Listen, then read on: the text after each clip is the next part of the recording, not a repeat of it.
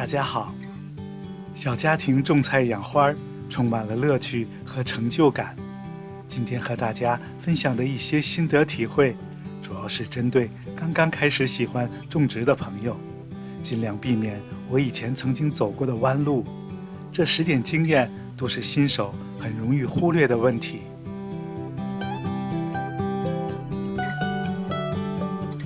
第一个问题就是忽视了改善土壤。土壤是整个菜园是否能够成功的关键。每一年的早春都应该检测我们的土壤，并加入有机的堆肥土和相应的一些物质，以保证土壤疏松透气、肥力持久、充满活力。积极有效地改善土壤的状况，会让一整年你的植物都能够得到一个稳定而健康的成长，这往往比后期追肥来得还要重要。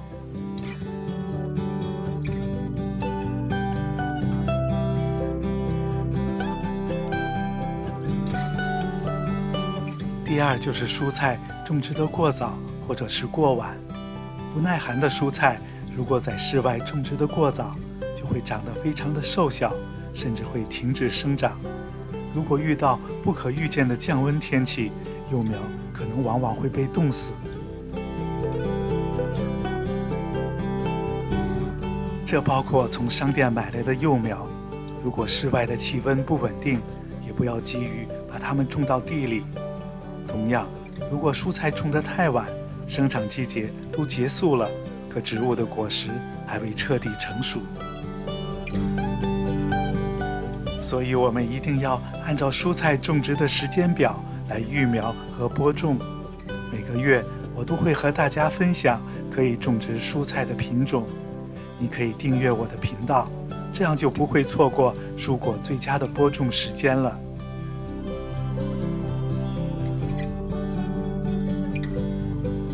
第三个问题就是蔬菜种得过于密集。即使我们家里土地面积很小，也不要把蔬菜种得太密，因为除了一些生菜、羽衣甘蓝等绿叶蔬菜以外，大多数的蔬果都不喜欢种得过于密集。比如说番茄，最少要相隔半米以上的距离。过于密集会让植物通风不良、光照不足，造成枝叶发霉和枯萎，甚至生病。你本想多收获的初衷，结果却可能会令你失望。第四，浇水过多。长期的实践证明，浇水过多比浇水过少给植物带来的危害更大。过多的灌溉会使蔬菜更容易被真菌感染，患上根腐病等其他的疾病。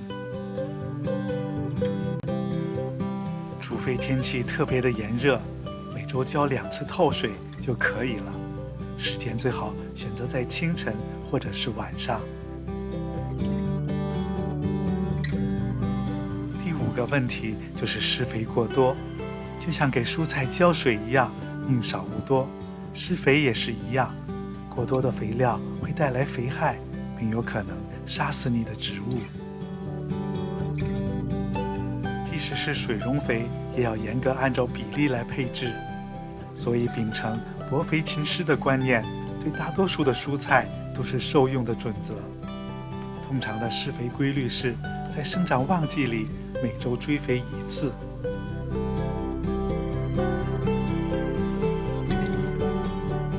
第6就是没有为慢生的蔬果提供足够的支撑，这也是新手很容易忽略的地方。良好合理的支架可以让诸如黄瓜、豆角、番茄之类的蔬果长得更加舒展和健康，也更多的挂果。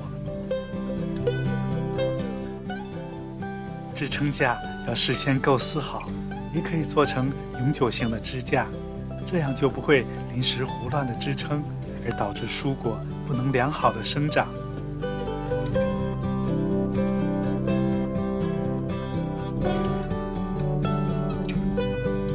第7个问题就是没有及时的收获，这也是人们常犯的错误之一。及时的采收已经成熟的果实非常重要，它可以让植物更多的营养来滋养后边陆续成熟的果实。如果不及时的收获，反而会让植物出新果的速度开始变慢，从而最终导致减产减收。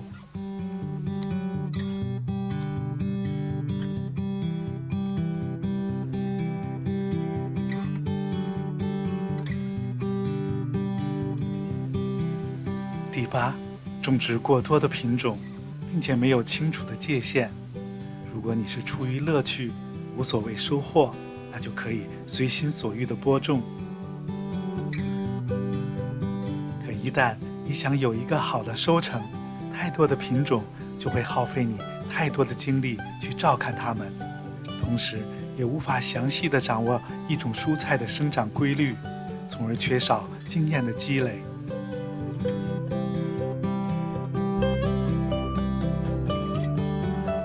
第9一点就是连续在同一个地方种植同一种蔬菜，也就是没有进行轮作。所谓轮作，是指在同一块田地上有顺序的在季节间或者是年间轮换种植不同的作物，它是一种非常科学的种植方式。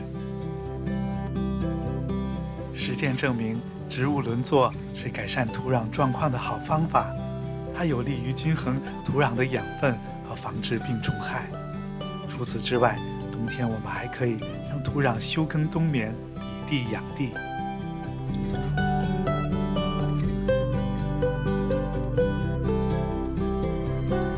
最后一个被容易忽略的问题就是没有错开收获的时间。如果同一个品种的蔬菜一次性的把菜园种满，对于小家庭种菜来说，面临的问题就是收获时太多的果实在短时间内无法消化。所以我们可以学会错开蔬果成熟的时间，譬如让每批出苗的时间错开10天左右，也可以选择不同成熟时间的品种，这样就可以把收获的时间尽量的拉长，让你的菜园能够持续稳定的收获。